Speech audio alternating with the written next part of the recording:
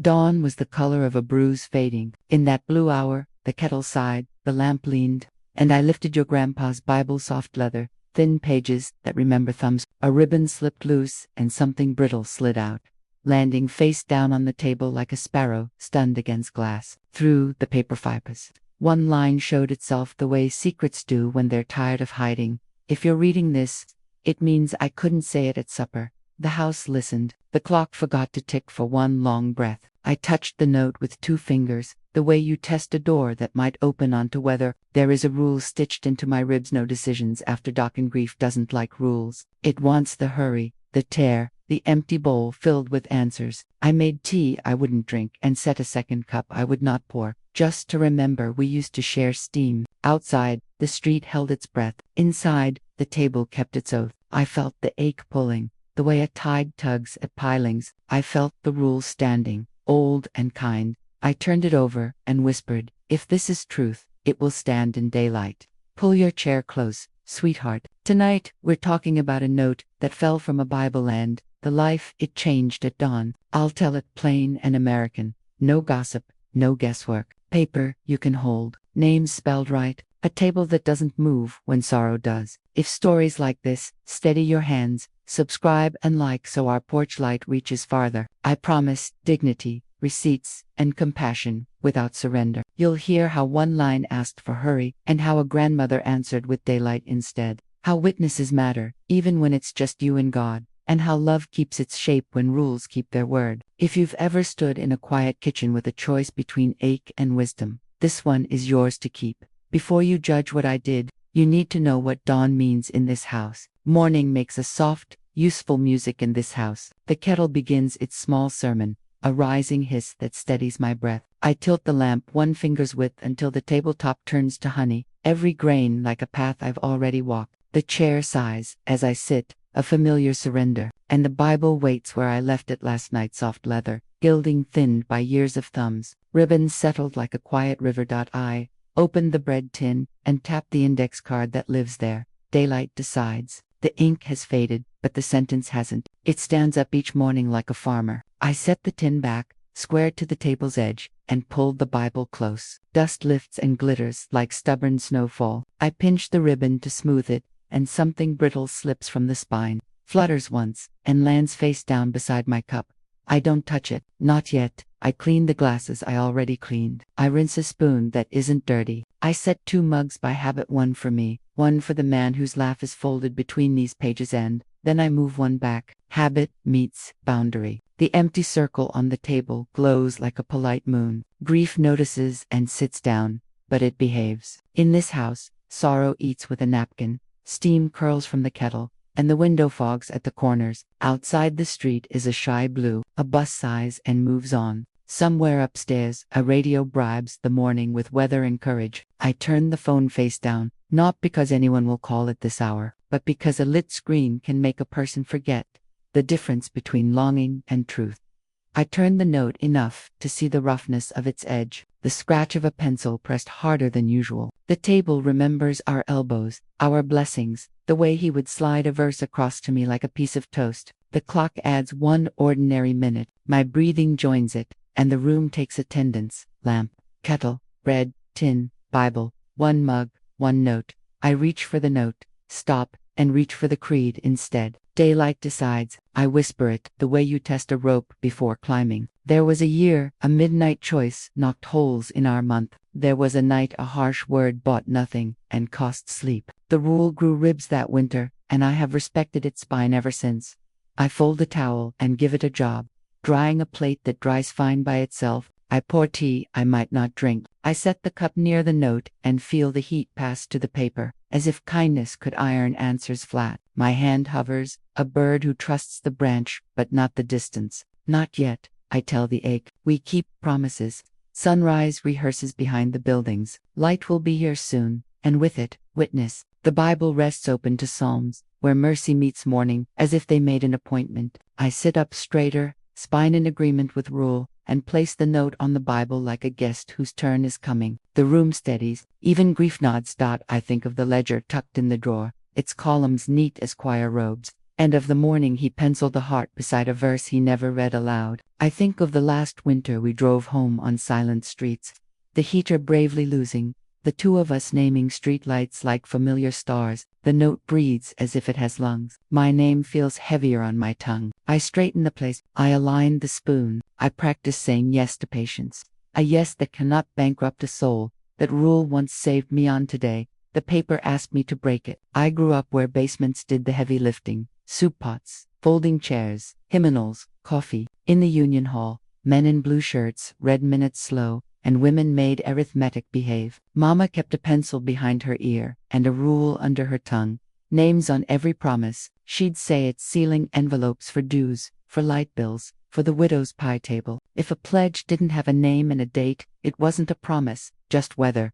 We lived by clocks that believed in themselves. The courthouse clock kept its posture. The depot clock granted mercy to late trains and courage to early risers. When it chimed, the town's shoulders squared. Sunday mornings, I counted steps from pew to fellowship hall, 11, and from door to coffee. Earned 6 because the heart likes reassurance it can measure. After service, old men blessed newspapers, babies blessed aisles, teenagers blessed the parking lot with music and nerve. He walked into that life like somebody who knew which coat hook was his, not loud, not shy, a steady yes in boots. He carried a pocket New Testament with a ribbon that had learned corners and showed up on time when time needed company. The first thing he handed me wasn't a flower. It was a receipt for a borrowed book, returned early. He had written thank you across the top as if courtesy could be notarized. On hymn night benches, he sang like a man who had been listened to. Work taught him proof. He saved pay stubs, even when nobody asked, folding each into the long envelope I still keep in the bread tin. He marked toolboxes like a librarian marks, spines clean numbers, no drama. We learned to love by writing it down. A budget is not romance, people say, but there is a kind of kiss in sorting envelopes side by side. Deciding beans can be a feast if laughter remembers to sit. We walked the tracks on summer evenings, tracing freight car codes the way some couples count stars. He could name the companies by their paint after years of sun. I learned merchant codes, the same: we grocery, gas, hardware, the diner that called everyone sweetheart. When a code surprised us, we circled it and took the paper to coffee. Because coffee tells the truth without shouting.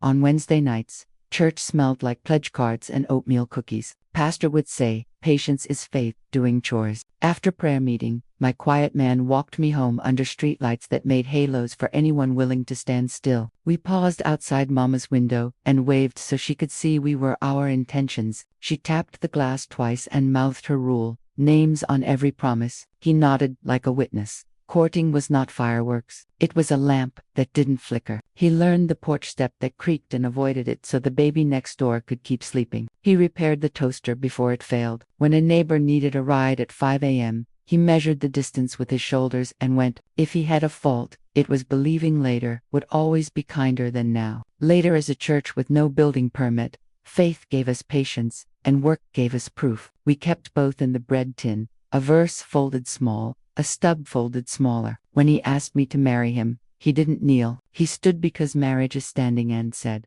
let's keep our word in daylight. The ring was modest. The yes was not. We promised to meet at supper always until the day's supper, learned to wait for dawn. We married in a week that fit inside a cash envelope. Modest rings, a borrowed veil, sheet cake cut with a knife that knew potatoes. Our first apartment had a window that clicked in the wind and floors that forgave our two. The table pulled double duty. Altar on top, desk underneath. We blessed stew above and sorted bills below. Careful not to let gratitude and arithmetic trade places. The baby came with lungs that believed in announcements and fists like punctuation. Pay stubs curled on the radiator. The ledger lived open beside a jar of pens that only worked when told to. We kept our rhythm: deposit, sort, fold, file, eat, rest, repeat. The fault line didn't roar. It whispered. He'd say, later, when a hard talk knocked, and I'd say, after supper, when supper was the only door still open. We postponed small worries the way people tuck a bill under a magnet and hope the fridge can pay it. It's nothing, he'd say of an overdrawn day, or a promise moved to next week. I believed him because love deserves the benefit of yesterday's doubt, but later collects interest. Silence does, too. Half-truths put on helpful voices. To keep the peace, he'd say, rerouting a story so it wouldn't scrape. They asked for a bit. I said yes.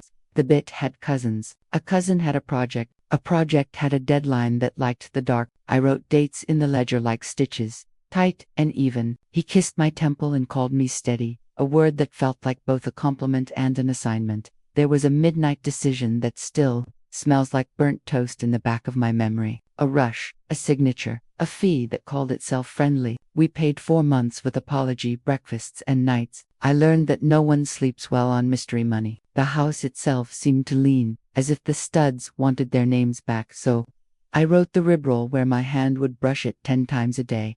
No night decisions. Read twice. Speak plain. I taped it inside the bread tin and copied it into the margin of Psalms. We practiced asking hard questions in easy daylight. Which family? What code? Whose name? He tried, and sometimes we were good at it. But some habits, keep spare keys. A worry would slip through after 9 and set itself at the table like company. I would turn the phone face down and feel the ache pace the floor. On those nights, the rule stood up like a kind usher and pointed us toward morning. The first secret taught me mercy. The second taught me math. The note had edges like winter crisp enough to cauterize. I didn't read it outright. I let the light read it to me through the paper, where hard-pressed pencil bled its intention. A first line money moved, a second a promise made, a third a person named only by an initial, the kind men use when bravery dresses as privacy. Then, key taped under the drawer, and a line that made my jaw remember prayer. Meet me on the 15th, first light. The calendar mocked him. 15th had already gone, leaving the clock to collect interest on what he couldn't say. I pulled the middle drawer and felt along the underside the way you find the seam of a scar. Tape surrendered to my fingernails. A small brass key came free, warm from the woods keeping. I held it up, and dawn filled its teeth with mercy. The house had seen secrets before. The house had outlived them. I set the key next to the note and the Bible. 3 witnesses who could not be crossed. Examined. He had written, "Forgive me," in a hand that tried to be neat and failed at the last curve. As if a tremor came through when the truth finally reached his wrist. He asked for a specific action at first light. Something he might have done himself if time had been kinder, or he had been braver at supper. I said his name aloud into the steam of my cup. As if syllables could unspool the knot. I did not turn the page. I stood up and opened the blinds 1 slat, then 2. The room learning the morning as it always did. Increment, witness, consent. The phone woke itself on the counter, sensing a story. I placed it face down. Night's last trick is to make morning hurry, but daylight doesn't run. I breathed with the kettle and counted to 8, the number that keeps me from saying yes to panic. Under the drawer. A square imprint remained where the key had slept, proof of intention. I slid the drawer home, laid the key on the table, and walked to the bedroom closet, to the top shelf, to the metal box from our second spring that we never threw out because it still knew how to hold. The key tried itself, found purchase, and turned with a small, grateful click. I didn't open the box, not yet. I pressed my palm to its lid like a woman steadying a child who's waking. The note, the key, the box, the Bible, 4 corners of a truth that preferred sunrise to speculation. I sat and wrote in my ledger. First light, invite witnesses, bring copies. My pen left a groove deeper than ink. Outside, a sparrow changed branches. Inside, a grandmother practiced not dissolving. The street brightened. The ache voted for now. The rule raised its hand for dawn. Between them stood my name, which I have learned to guard even from love. The letter wanted my answer today on his terms. The key was a quiet citizen. It did its job and didn't brag. The metal box lifted its lid with a sigh, like a seat saved by a friend. Inside, a stack of receipts folded into themselves, a church pledge card with his tidy checks in the missionary column, and a bank slip stamped restricted gift, dates lined up like fence posts. Amounts marched with the tidy stubbornness of habit. He had kept order even while he hid it. I set each paper under the lamp and let the grain of the table read alongside me. Hardware, pharmacy, grocer, then a slip with a code I didn't recognize. The kind that pretends it's charitable because it learned to smile. The pledge card told its simple truth. Monthly, anonymous, designated. Anonymous is not the same as unaccountable. My mother taught me that with a pencil behind her ear. The phone started its morning chorus. A relative, the eager peacemaker, with casseroles for all seasons. Be reasonable, she said. Let it go. He meant well. Meaning-well is a blanket people use to smother questions. I will be reasonable, I answered. Reason will meet me at 10 a.m. with witnesses and copies. She clucked an old hen trying to warm eggs that weren't hers. I put the box aside and reached for the ledger. No rush, I wrote. Daylight, witnesses. I added names: pastor, clerk, bank manager. You can walk farther with 3 steady boots than with 1 fast mouth. I called the credit union and asked for statements that included the memo definitions. I called the church office and requested ledger entries for any restricted gifts aligned with the dates I was seeing. I spoke plainly, as if truth were a shy dog who comes over when you don't grab. Grief wanted to sit on my lap. I gave it the chair and poured it tea. I folded each receipt once, then twice, the way you fold a flag a child made for a parade. He had kept these proof not permission and tucked them in a box a woman could find. Maybe that was his confession, not the words, but the breadcrumb trail. Honest as a plumb line. Let it go, another message insisted, more urgent now, as if my patience were the threat. Letting go is for balloons and grudges, not for consent. I pinned the restricted gift slip to the corkboard neighbor, to the index card that says, Daylight decides. Then, I closed the box and set it by the Bible, not in front of it, not on top of it. Side by side like 2 stories about to shake hands. The kettle clicked off. I didn't drink. At the window, morning practiced, being noon. I turned the phone over just long enough to silence alerts, then back again to the table's preferred posture, face down. I placed the note on the open Bible for the first time, solemnly, then moved it back to the table. Not yet, I told both the ache and the paper. This room blesses food. It doesn't hold court.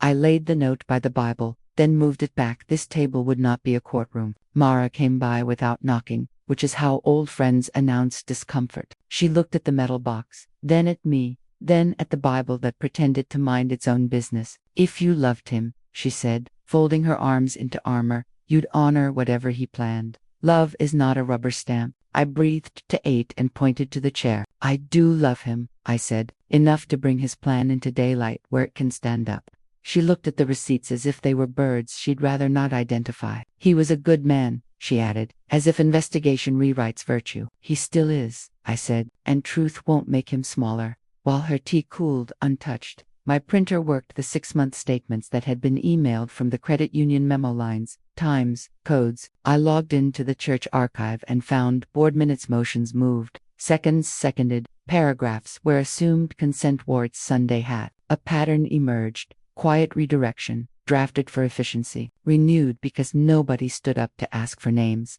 I remembered other nights, other kitchens, where I let whispers make decisions. I later had to introduce to the light, paying a bill at midnight so morning wouldn't blush, saying yes to just this once until it became always. I thought of the time I apologized to a friend for asking a fair question, the way women sometimes do when a room prefers charm to clarity. That version of me had learned to be small, to keep the peace. I set her gently on a shelf and told her I'd take it from here. Mara's face softened at the edges. He must have been afraid, she offered. Probably, I said, but fear doesn't get to run the bank and the church. I labeled the piles A through F with blue tabs, and the box G for Grace. Then, I wrote the words consent refresh on a card and slid it to the head of the stack like a captain claiming a helm. The house creaked in the way old houses greet a decision. The front steps answered with their own language. A wait, a pause, the quiet of someone deciding whether to knock. Mara stood to peek through the curtain. Do you want me to stay? She asked. I want you to witness, I said. She sat back down and smoothed her skirt until the cloth remembered calm dot in the glass of the window. I caught my reflection, older than the note remembered, steadier than the note expected. I thought of his ribboned pocket testament, the one that taught patience, and decided patience and I would arrive together at the places where papers thought they could act like people. I clipped the board minutes to the statements, slid the pledge card behind them, and added a yellow flag where a line used assumed the way a magician uses sleeve. Then, I stacked everything until the edges agreed, and in the middle of the note, the printer hummed a final page and fell silent. As if the room had finished learning, I labeled the exhibits. Then, the front steps creaked. He wore kindness like a borrowed coat too large, sleeves grazing the pledge cards he carried. Deacon Walt has baptized more coffee than babies and can make any crisis sound like a casserole.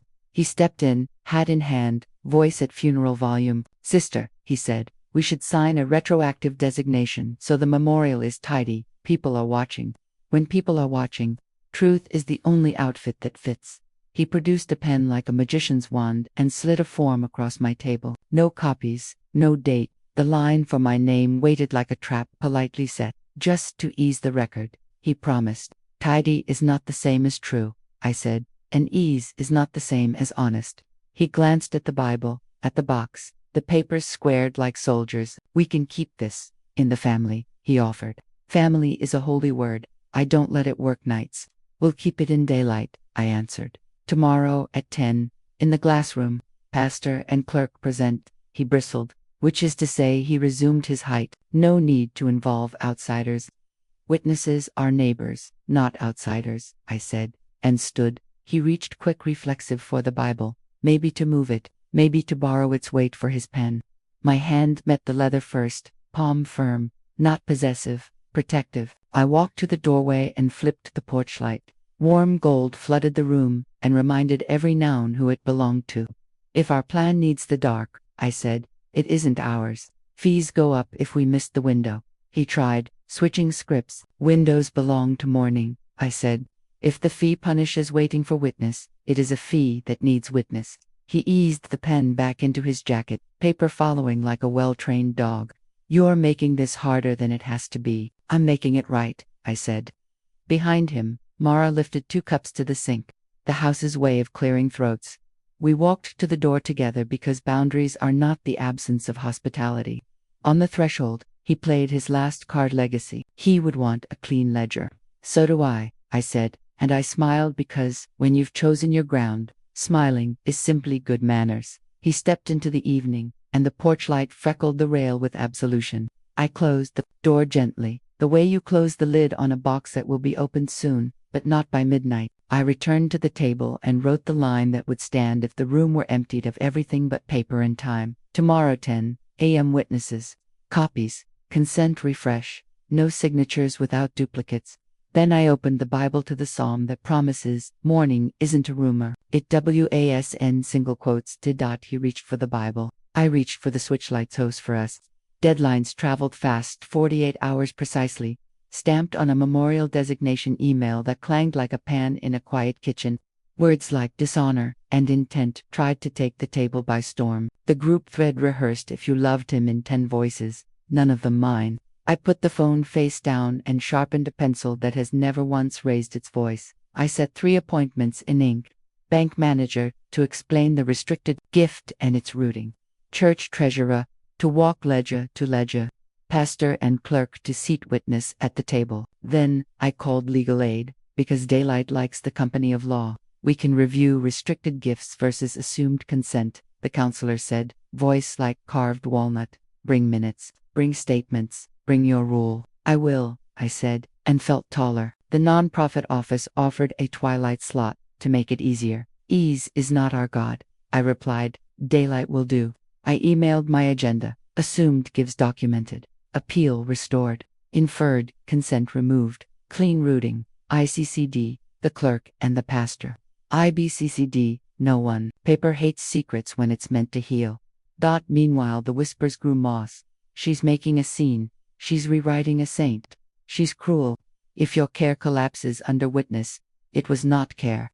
I wrote that on a card, too, and slid it into the folder so my hands could remember it, even if my heart forgot. I assembled my exhibits through each sheet stapled to its friend, each date holding its neighbor's hand.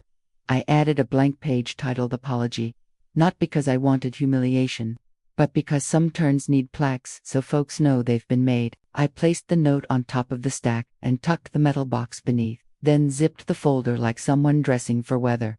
Night auditioned urgency on the porch. I left the porch light on and the door locked. The choreography of boundary. I ate a simple supper because hunger can make a person sign things. I rinsed my bowl and set it upside down, the house's way of saying not yet. Before bed I opened the bread tin, touched Daylight Decides, and listened for the hum of a rule doing its work. The clock agreed. The window agreed. Even the ache, stubborn thing, agreed to wait in a chair beside the lamp. At the edge of sleep, the old temptation tried a whisper. Do it now. Be done. But done without witness is a bruise that keeps its color. I turned my pillow, said his name once into the dark, and let the room hold me up. If I wait, they'll call me cruel. If I don't, I'll call myself something worse. Glass makes rooms honest. I chose the chair with the morning on it, where a person can't confuse opinion with sunlight. The pastor sat to my left, had set aside like a vow not to hurry. The clerk dated the Margentine room. Witnesses so today could not pretend to be rumor later. The bank manager brought a stack with careful corners. The church treasurer arrived, with a binder that smelled faintly of floor wax and generosity. We said names, the way you square a quilt dot. We began with the note. I laid it between the water glasses, and the clerk read the first lines in the voice you use when you'd rather sing. Then the treasurer turned to a tab called Designations, Memorial Restricted, and slid a page to the middle. There it lived, a restricted fund built 2 winters ago, named for no one out loud, its purpose, aid for a widow child impacted by a prior incident. A date matched the one I keep folded in my bones, the night he came home slow, sat at the edge of the bed, and said I'm sorry to the dark. He had felt responsible for something that did not ask his permission to happen. The bank manager traced the routing with a capped pen, payroll to affiliated processor to the church's restricted account. The memo line wore the smile of a system that prefers your sigh to your signature. The renewals ran on assumed consent, he said gently. Each year, unless someone objects. The treasurer found the bylaw clause and read it aloud. A polite little trap. Appeal waived upon continuation, without explicit objection. Oversight thinned itself in the very sentence that promised care. The clerk underlined 3 phrases. Assumed consent, affiliated processor, appeal, waived, ink behaved. I tried to. In the margin, the treasurer had written, expedites mercy. The way people slide speed under kindness and hope you won't check the receipt. I pressed my palm flat to the table, until my fingers remembered what it is for. Then the treasurer turned another page. Attached to the first authorization was a renewal notice, sent to his email at a time, when his lungs were busy failing and my grief was busy pretending to be chores. No reply required to continue, it said. No reply required is how silence learns to sign. The pastor looked at me from the side of his eyes, the way shepherds do when storms are present but not boss. He was trying to carry the weight, he said, not to excuse, but to place. I nodded because love is not a verdict, it is a witness.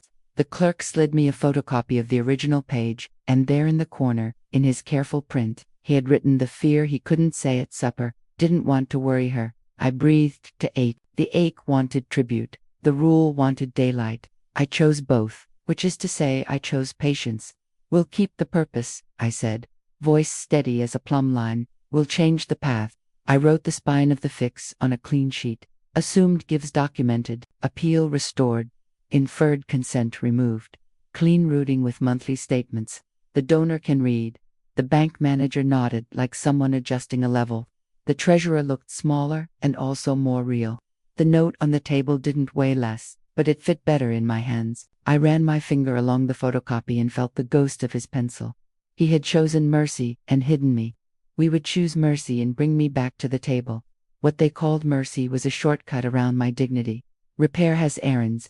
I walked them like beads on a cord. The bank printed the routing maps, little rivers, that finally admitted their names. The treasurer emailed board minutes the vote, to streamline benevolence, the paragraph that never met a donor's eyes. The clerk helped me request donor emails, time-stamped and cheerful. Thank you for your ongoing support. Written to an inbox that no longer received casseroles or breath. From the ATM log we pulled camera times that matched the exact minute my balance used to flinch. Nothing illegal, shouted. Everything convenient, whispered. I slid each sheet into my folder and wrote letters like joists. 1 consent, revocation, refresh, revoke the assumed, replaced with explicit, dated consent, annual fresh consent, to witnesses, copies to donor and board. To restricted gift agreement, keep the purpose, set a transparent cap, monthly statements, quarterly reports, no third-party processor without clear naming on donor statements. 3. Transparency, addendum, appeal restored. No clauses that trade dignity for speed. Post-revocation refresh rights publicly. Forbid shaming. At home, I opened the bread tin and found the pencil line from his neatest season. Slow is not refusal. Slow is repair. I copied it at the top of each draft so my hand would carry the cadence to the meeting. I signed my name to the letters unapologetically legible, so later couldn't pretend it was someone else. Ally spent courage. The clerk promised to stamp and staple until the paper remembered itself. The pastor said, "I will pray with my eyes open," which is good liturgy for policy. Legal aid annotated my drafts. Add notice window. Require board acknowledgement. I added them in ink that doesn't smudge when a grandmother wipes her eyes. The cost was counted in relationships. A cousin offered a quiet settlement that felt like a rug pulled over a spill. Someone said I was rewriting a saint. I poured coffee, not gasoline, on each sentence. "I'm not revising him," I said. "I'm repairing the room he built." By evening, my folder wore tabs ajar and stood like a fence that knows which side is the garden. I addressed envelopes, printed 3 copies of the revocation refresh, and set them beside my keys. My name felt heavier and also cleaner, as if it had been washed and hung in sundock. The phone lit with a shortcut. "Sign this and be done." I touched the penciled creed with my free hand and let my breath pick the tempo. One signature could end this, or end me. Pressure put on its Sunday shoes. "The board can offer a quiet settlement," the treasurer murmured over the phone, "if we avoid optics." Optics is what people say when truth has a face and they prefer silhouettes. A family elder typed, "Choose peace," which is often how people spell silence when they mean please. The thread bloomed. She's making a scene. She's ungrateful. She's rewriting a saint. I set the phone face down and put my purse on my shoulder. Like a woman going exactly where she said, "The diner knows how to seat resolve." I took the corner booth, ordered coffee that respects stamina, and spread the folder where even the chrome couldn't pretend not to see. I stacked my 3 words rules, receipts. Grayson practiced saying them until my breath and the paper were on the same team. Legal aid called with the plumb line. Recurring charitable deductions require explicit consent. Revocation or refresh must be honored. If someone tells you urgency forbids process, remind them process is what keeps urgency from turning into theft. I wrote it on an index card. Block letters steady as kitchen chairs. A neighbor slid into the next booth and pretended not to read. "Which is community for I'm proud of you, but won't make you say so." The bank manager walked by the window, lifted 2 fingers off the wheel. "That's how some men say you're right without disturbing traffic." I emailed the agenda for a joint meeting, bank plus church plus pastor plus clerk, titled Assumed Gives Documented. I requested blinds up, copier, warm, water on the table. The director replied, "We could handle this privately." I sent back 1 word, daylight. By the time the check came, my hands were calm and my name was not on loan. I left a tip that could hold its head up in daylight. On the walk home, the evening wind braided itself with my scarf and didn't once ask me to hurry. If they won't sit with grace, I'll sit with God. 3A.M. is when the house tells the truth. The refrigerator keeps its vow. The baseboard ticks like a choir that only knows 1 note. I tilt the lamp a finger's width, enough to make a small island of courage, and I open the Bible where his ribbon rests. The note lies beside it, like a sparrow deciding whether to breathe. I set my blunt carpenter's pen in the center of the table, as if it were a compass. I print the bones of what daylight will require. 1 line per breath. Square letters that don't wobble when storms remember our address. Refreshed consent. Dated, witnessed. Convert to transparent restricted gift saying cap. Monthly statements. Quarterly reports. 2-signer. Aid trust if family funds involved. On every dollar. Written apology from the board for assumed pulls. Public correction posted where rumor meets its match.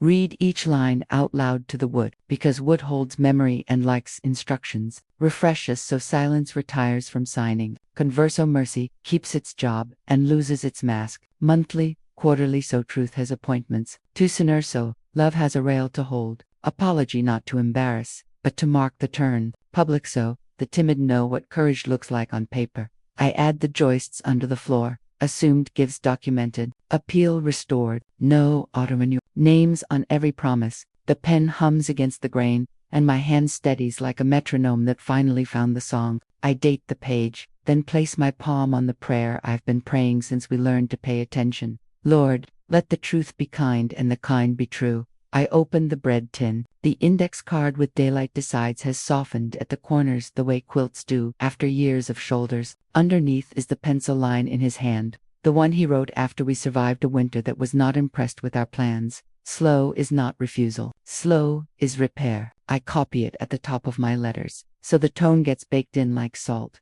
I print the consent refresh 3 times, my name clear, today's date, the statement that revokes assumption, and replaces it with ink and witnesses. I seal one for the bank, one for the board, one for my own file, because later likes to pretend it forgot. I addressed the envelopes. I stacked the green return cards where the morning can see them. The envelopes look like small boats willing to cross a narrow but necessary river. The wind puts its knuckles to the window once and then remembers its manners. I pour tea I will not drink and set the cup near the Bible so steam can bless the margins. I touch the note with 2 fingers and say his name, the way a woman thanks a man who tried to carry more than we asked him to. I forgive him, softly, for using night when day was due. Forgiveness does not edit the ledger, it simply turns on the light. I tuck the drafts and copies into my folder tabs A through J. Like fence posts in ground that won't wash out ends, set the folder by my keys. Shoes wait by the door. The lamp eases down a notch. The clock allows me one honest yawn. On the way to bed, I set a single bowl at the edge of the table, ceramic proof that hunger is a citizen here and panic is not. I leave the note and the Bible side by side, not stacked, not hidden. The house exhales. So do I. At dawn, I set 1 bowl. It was enough. Morning fits better than night. I lace my shoes, square my shoulders, and lift the list that stood up with me. First call credit union. I'm arriving with a consent refresh and a transparency addendum. I say, I'll need acknowledgement on letterhead. The receptionist hears the grammar of a grandmother on mission. 10 o'clock, she says. Blinds up. Second call church office. Please reserve the glass room at 11. I tell the treasurer. Pastor and clerk present. He offers twilight to keep it easy. Daylight is easier to read. I answer, 11 will do. Third, legal aid. The counselor reviews my attachments while breathing. Your language is clean, she says. Email all parties now. Send certified mail to the board. Remember, revocation and refresh are rights, not favors. I write that on a card and slide it behind my agenda. Fourth, pastor. I'll pray with my eyes open, he says. Fifth, pens, stamps, extra copies. I'll be the spine, she answers, already halfway to her coat. Last, Mara, do you want me there? Yes, I say. Witnessed his love with shoes on. I hand-deliver the consent refresh to the bank. The manager signs acknowledgement of receipt, adds the time, and stamps it so the moment can't pretend to be a rumor. We make 2 copies, one for his file, one from Manand. He walks it 2 operations like a man carrying a candle in a draft. At the post office, the clerk weighs the board envelope like a midwife. I slide the green card across. Signature required, I say. She smiles because this is what paper was built to do. On a bench beneath a bulletin board that still believes in yard sales, I scan and email the packet. Consent refresh, restricted gift agreement, transparency, addendum, index of exhibits, agenda titled assumed gives documented, subject line, proceed on corrected terms only, CC, bank manager, treasurer, pastor, clerk, legal aid. The attachments step into the message, already knowing their places. The phone buzzes. One last trick. Today or never. I straighten the agenda so the margins can breathe and answer in the voice. I say for storms and teenagers. Today by my terms. I turn the phone face down and tuck the folder under my arm. The concourse of daylight fills with ordinary decency. Doors held. Coffee lids clicked. A stranger nodding at my good shoes. Boundary lifts its bridges and becomes a road. Blinds up. Copier warm. Water at every seat. I set my folder in the center like bread and let the room smell intention. Pastor took the chair to my left, palms open as if to catch anything that fell. The clerk dated the margin time room. Witnesses so later couldn't pretend it forgot. Bank manager adjusted his glasses. Treasurer placed a binder square as a hymn book. The board chair arrived with a pen that liked to decide too soon. We'll proceed by timeline, I said, and slid Exhibit A to the middle. Deposit at 9:01, pull at 9:03, memo memorial, restricted through an affiliated processor. Exhibit B, 6 months of the same rhythm. Exhibit C, the continuation email sent when his lungs were busy losing. Exhibit D, bylaws with their thin places appeal waived. Assumed consent, affiliated processors may act on behalf. I drew 2 columns on a blank page so the table could breathe truth. True consent explicit, dated, revocable, witnessed, reported, assumed memorial polls, implicit, sticky, rooted through polite clauses that hide their hands. The clerk read each heading aloud. Ink learned its manners. The harm, I continued, laying the math flat. Funds leave without a living donor's fresh consent. Oversight thins. Grief is conscripted into speech. A widow is asked to bless what she was never asked to see. I let the water glass rest against my notes until the condensation baptized the corner. The treasurer tried velvet. We expedited mercy. People needed help. Mercy is not allergic to paper, I answered, and charity does not require a blindfold. I passed the plan around, a liturgy in bullet points. One assumed gives documented, full names, live signatures, dates that answer questions. To appeal, restored. No cul-de-sacs disguised as kindness. 3 Inferred consent removed. Silence retires from the signature desk. For clean routing. A transparent restricted aid plan with a lawful cap and monthly statements to donor and board. B. Optional family aid trust for any family-directed help. Receipts, quarterly reports. C. Ban on auto-renewals without fresh annual consent. 5. Written apology from the board for assumed polls. ***6. Public notice, revocation, refresh rights honored, no shaming of widows or donors. The bank manager tapped Exhibit D. This sits closer to a wage assignment than to charity, he said, not loudly but in the voice. Paperwork recognizes, she's right. The treasurer's shoulders fell an inch, like a tired roof meeting a brace. The board chair uncapped his pen, then recapped it, which is how some men rehearse surrender. The door opened. A woman stepped into one from the processor window. Not a rival, not a thief. A bookkeeper with careful nails and the look of someone who holds back tides. She set a plain folder down and unfolded a photo from a sleeve. A gap-toothed girl with a science ribbon. I'm Leah, she said. I kept blocking late fees to keep accounts from exploding. Policy is the wall. I am not the wall. I turned the plan toward her. We're moving the wall, I said, so Mercy can walk in daylight. The board chair cleared his throat. We can make this right quietly.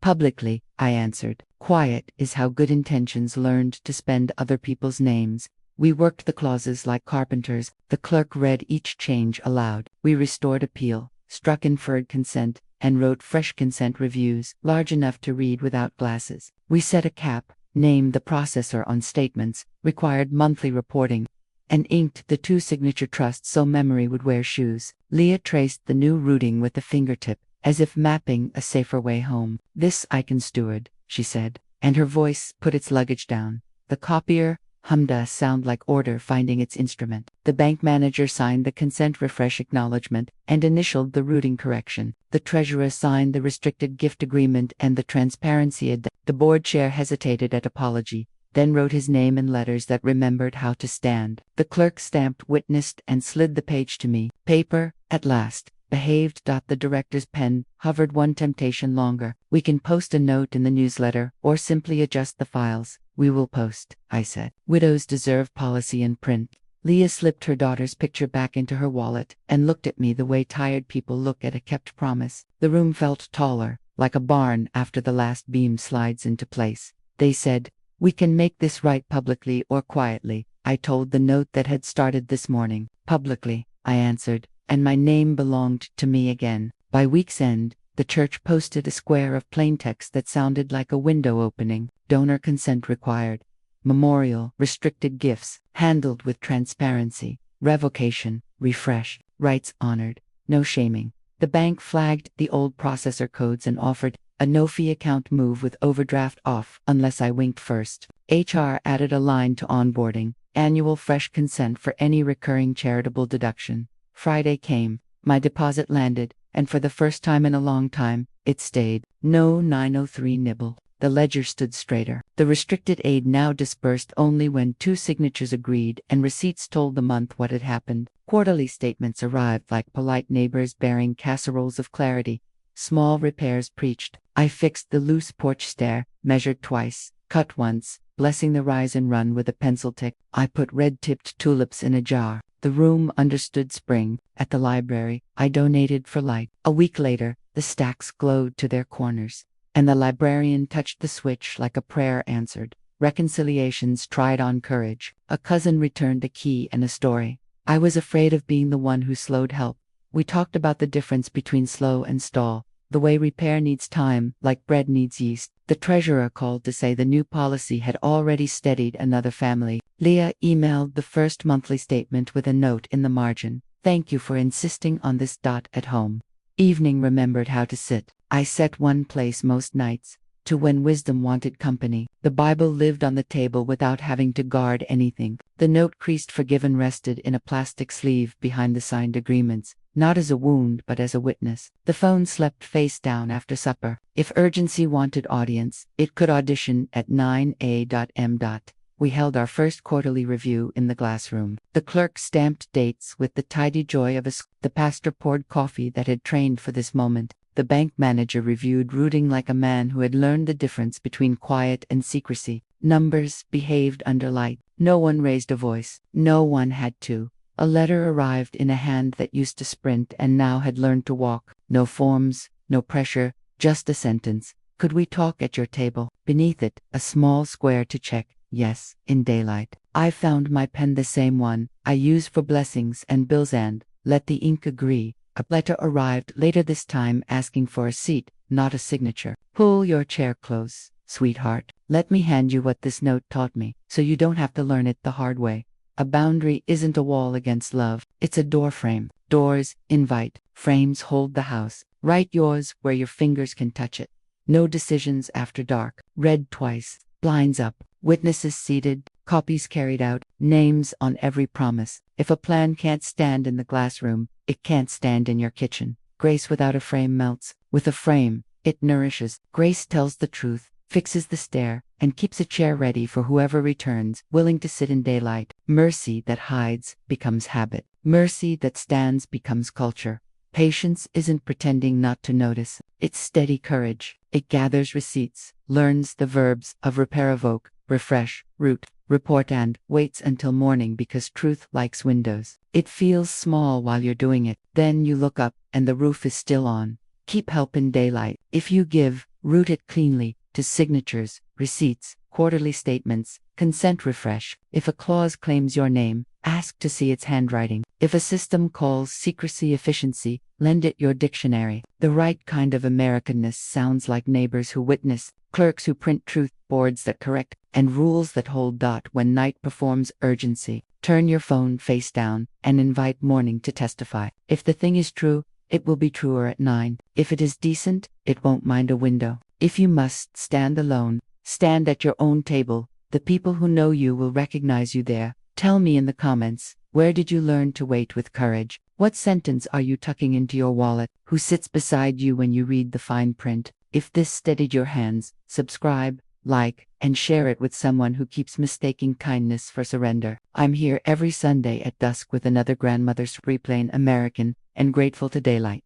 There's one more story this table could tell if you'll sit with me next Sunday. By Sunday, the comments changed their weather. The first wave had teeth. This one had hands. I judged you wrong, a neighbor wrote. Thank you for teaching. Pause.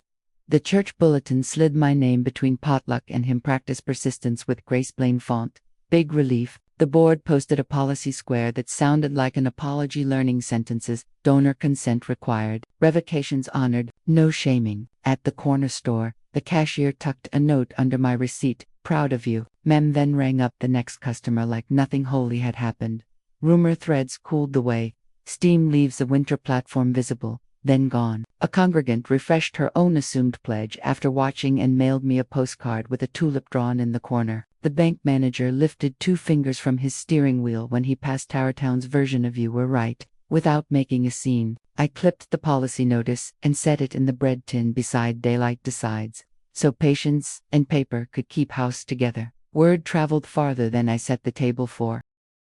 Evening forgave the day. I tilted the lamp a finger's width and let the room go gold. The Bible rested on the table. The note, now archived behind signatures that told the truth, breathed easy in its sleeve. I set one bowl and listened to the clock keep its promise. The second bowl waited in the cupboard, available by choice, not demand. The window held a square of blue dusk. The porch light clicked on like a rule that knows its job. The ledger showed a whole deposit at last. Numbers standing like soldiers who remembered their names. I rinsed a spoon and left it drying on the towel that smells faintly of starch and Sundays. The phone slept face down until morning. If anyone needs my hurry, They can ask the light first. Somewhere, a bus side, a small promise that roots still make sense. I opened the bread tin policy notice. Apology on letterhead. The card that says be the calmest person in the room, then put them back where patients can find them. Next week, I'll tell you about the hymn number he circled the night before our storm. If this steadied your hands, subscribe, like, and share it with someone who keeps mistaking kindness for surrender. I'm here every Sunday at dusk with another grandmother, story plain American, and grateful to daylight. Next time, the circled hymn and a hard lesson about warning versus welcome light. Bring your chair, your patience, and your own brave rule. If this gave you courage, come back at dusk. Subscribe next story at dusk. Thank you. Be good to your neighbors. Porch lights on. Soft music holds